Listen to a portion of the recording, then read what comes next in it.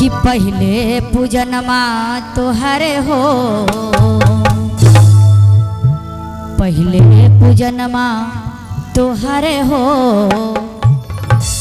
गौरी के ललनमा, गौरी के ललनमा, शंकर के ललनमा, गौरी के ललनमा, शंकर के ललनमा,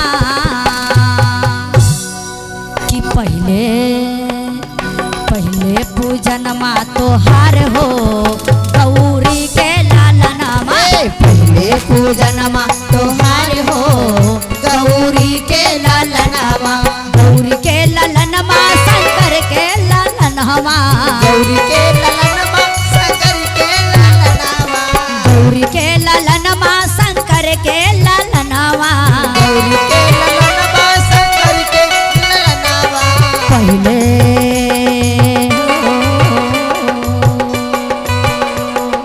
पहले पूजनमा तोहार हो, गौरी के ललनमा, पहले पूजनमा तोहार हो, गौरी के ललनमा। पीछे वाली दीदी ध्यान लगाइए।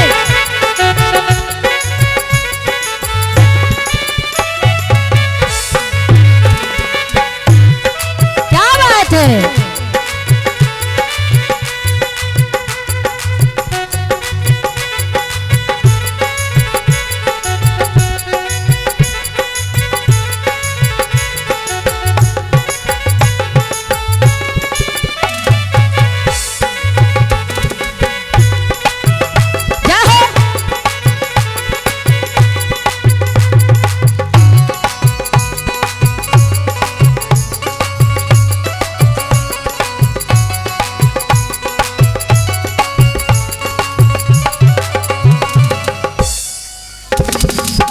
और कहना है,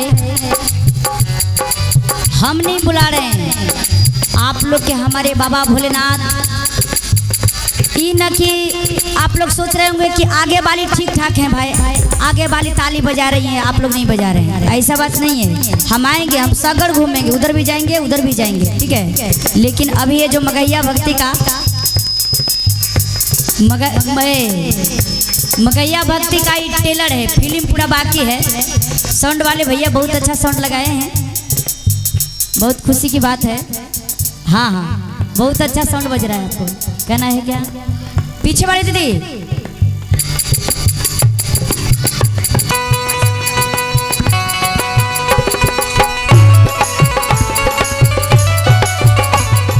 क्या बात है?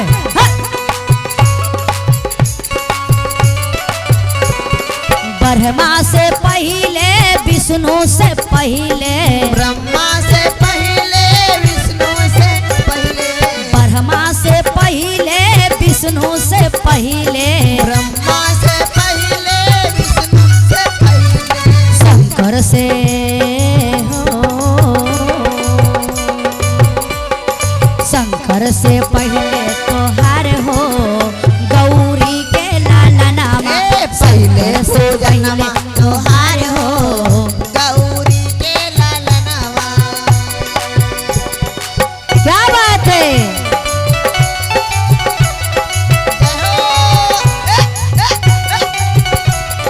क्या बात है? क्या बात है? आहा। क्या हो?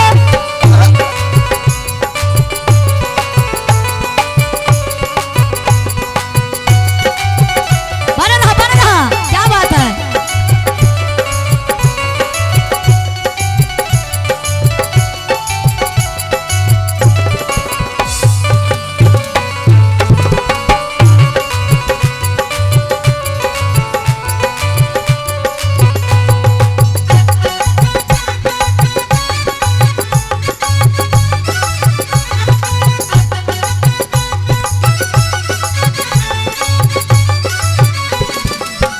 और रामा से पहले लक्ष्मण से पहले, राम से पहले लक्ष्मण से पहले, रामा से पहले लक्ष्मण से पहले और सीता से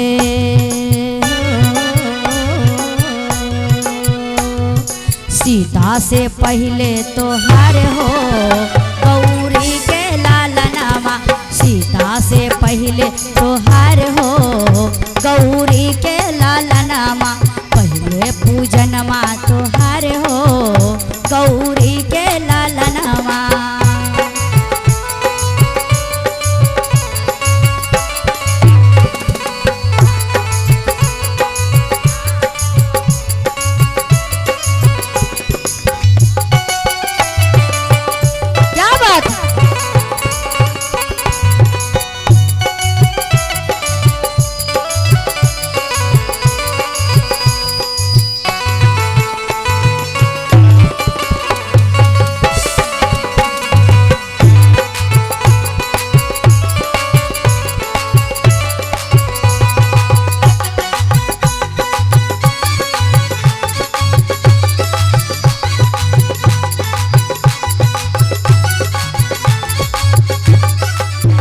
देवी से पहले दुर्गा से पहले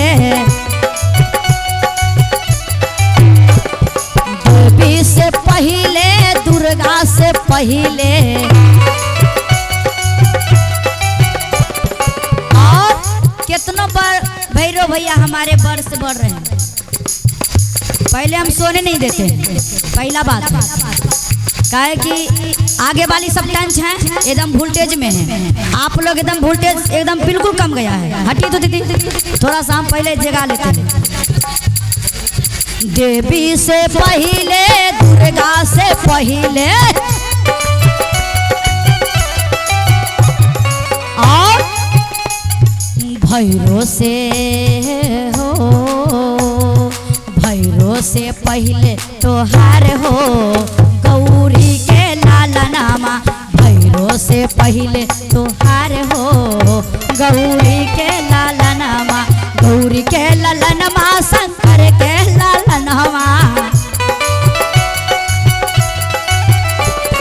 गौरी के लालनमा शंकर के लालनामा